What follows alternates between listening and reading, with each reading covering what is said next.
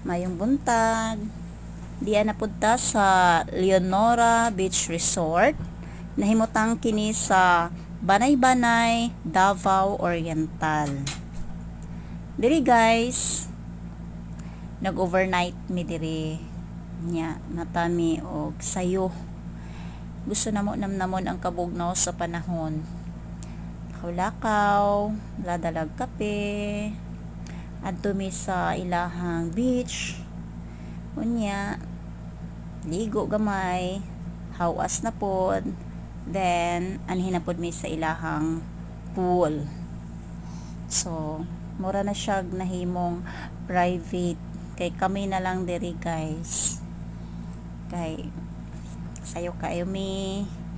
Then by the way, kanang nag-swimming nga murag sigbin, ako rin ang bana guys. Ayan. Kahapon pa mi diri, kanang overnight man mi. Diri mi hantod gabi naglangoy-langoy. Nya pagabuntag, sayo mi dito sa ilahang dagat. Lakaw sa mga balas.